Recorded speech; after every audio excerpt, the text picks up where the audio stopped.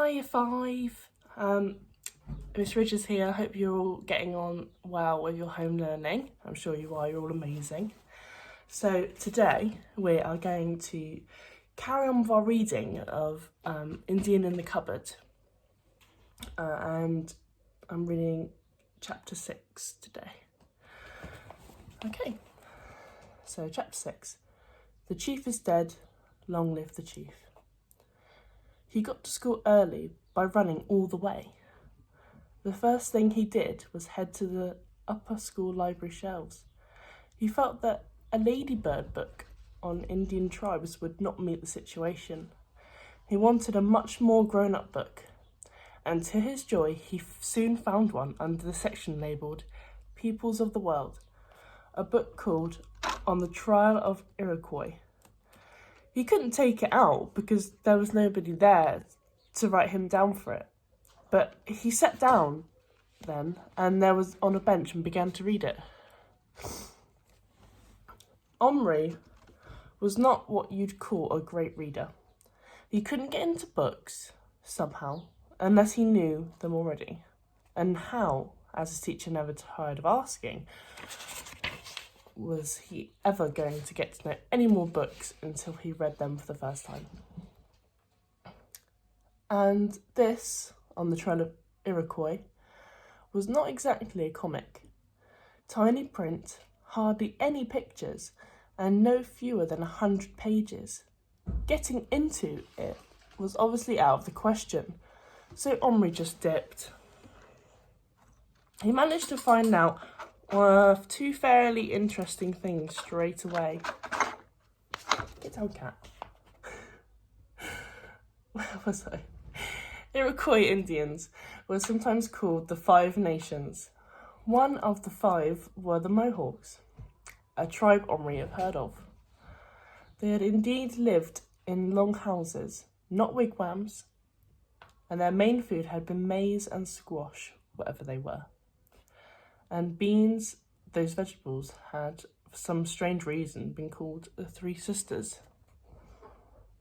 There were many mentions of the algaquins as the Iroquois' enemies, and Omri confirmed that the Iroquois had fought beside the English, while the algaquins fought for the French sometime in the 1700s, and that both sides had scalped like mad. At this point, he began to get really interested. The book, in its terribly grown-up way, was trying to tell him something about why the Indians had gone and done such a lot of scalping. Omri had always thought it was just an Indian custom, but the book seemed to say that it wasn't at all, at least not till the white man came. The white man seemed to have made the Iroquois and algaquin keen on scalping each other, not to mention scalping white men, French or English, as the case might be, by offering them money and whiskey and guns.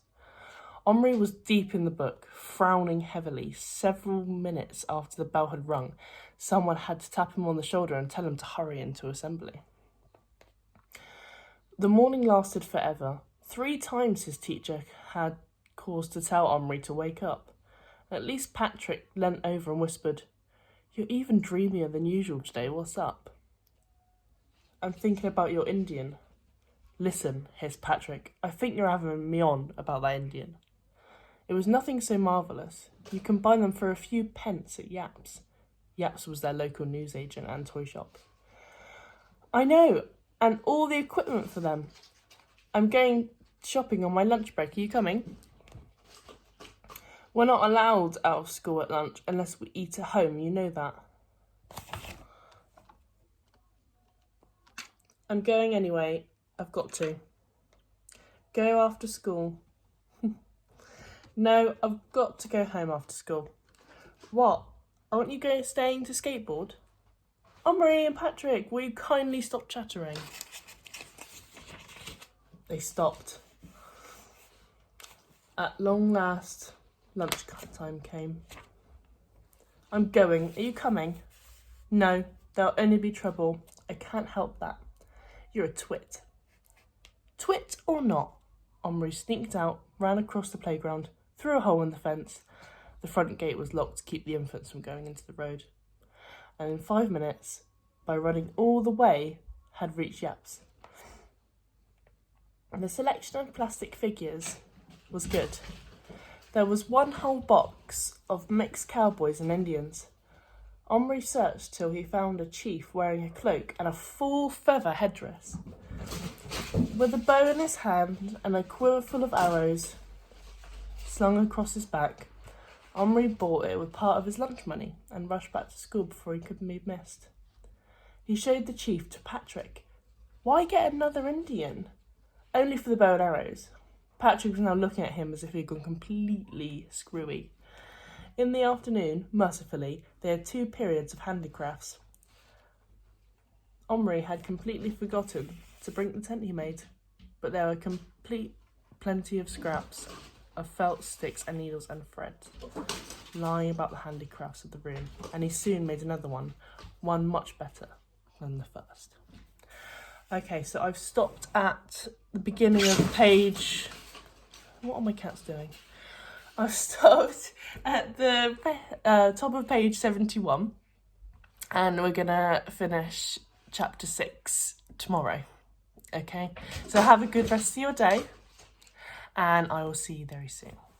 Bye!